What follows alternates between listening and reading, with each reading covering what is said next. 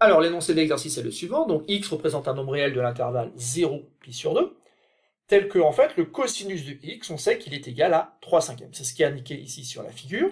Dans un premier temps, il faudra calculer sinus carré x.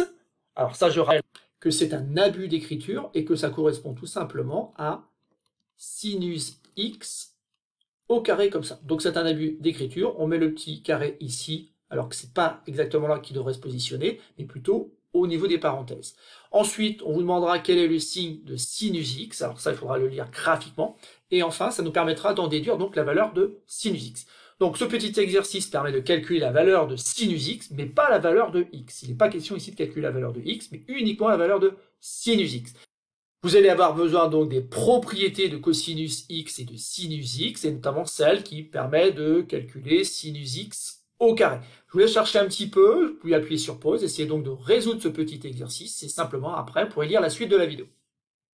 Donc pour commencer, rappelons un petit peu les propriétés que l'on connaît sur ce chapitre avec le cosinus et le sinus dans un cercle trigonométrique. On sait notamment que le cosinus d'un angle x est toujours compris entre -1 et 1. Pareil pour le sinus de l'angle x.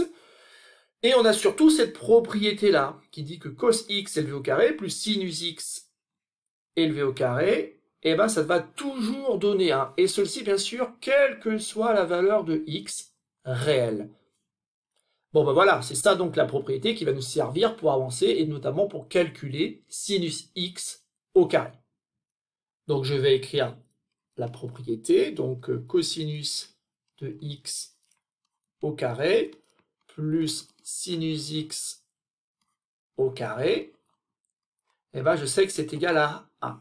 Donc cos x, c'est 3 cinquièmes, donc ça va être 3 cinquièmes au carré. Mais là, attention, si j'écris comme ça mon expression, je commets une erreur. Ici, il faut bien sûr mettre des parenthèses. Et donc j'ai sinus x au carré, que je peux écrire comme ça, c'est un abus d'écriture, qui est égal à 1. Bon, ben, j'ai un petit calcul en écriture fractionnaire à faire ici. Donc ici, ça fait donc 3 cinquièmes multiplié par 3 cinquièmes, ben, ça fait 9 25e. Et 9 25e plus sinus au carré x doit être égal à 1. Calcul, je vais le terminer ici. Moi, ce que je veux, donc, c'est la valeur de sinus carré x. Et pour cela, donc, ça fait 1 moins 9 25e. Bon, il faut mettre au même dénominateur ici, alors rapidement, 1, on peut le transformer en 25 sur 25, moins 9 sur 25, et je trouve 16 25e. Ben, ça y est, j'ai répondu donc à la première question, j'ai bien la valeur de sinus carré x, ou encore sinus x au carré. Et maintenant, passons à la deuxième consigne, qui est en fait de déterminer le signe de sin x. Alors là, c'est la représentation graphique qui va m'aider. Alors pourquoi ? Parce qu'en fait, ici, sinus x, ça correspond tout simplement à l'ordonnée ici du point qui est représenté en vert. Donc ici, j'ai sinus x, et je vois bien que sinus x est compris entre 0 et 1. Donc graphiquement, on peut dire que sinus x est strictement plus grand que 0. Alors pourquoi on nous pose cette question-là? Eh bien tout simplement parce qu'il va falloir en déduire la valeur de sinus x.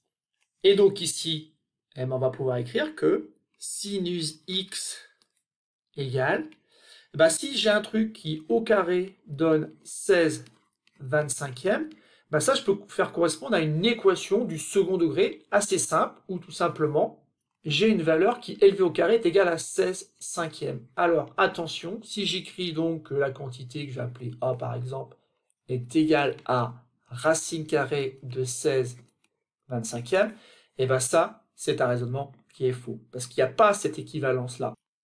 Donc pour qu'on ait l'équivalence, il ne faut pas oublier qu'en fait A peut être égal à l'opposé de la valeur qu'on vient d'écrire. C'est-à-dire qu'en fait A il peut être égal aussi à moins racine carrée de 16 25e. Donc l'équivalence, attention ici, elle ne fonctionne pas, sauf si bien sûr vous n'oubliez pas de prendre la valeur opposée.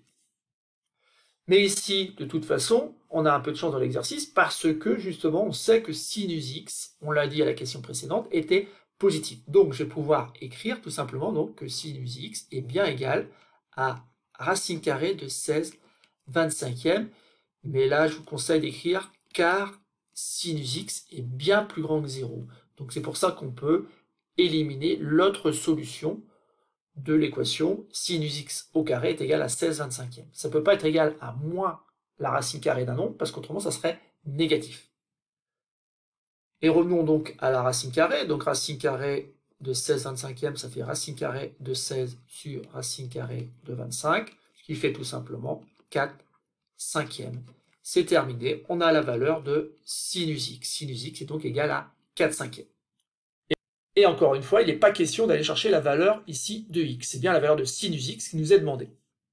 Et donc pour illustrer et pour terminer donc cet exercice, on a trouvé donc la valeur de sinus x car on était certain que sinus x était positif.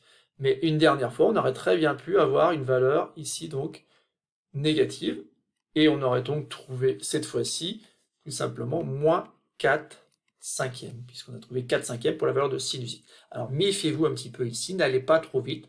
Lorsque vous avez ce genre d'équation, un nombre carré est égal à 16 25e par exemple. Voilà, c'est tout pour cette petite vidéo.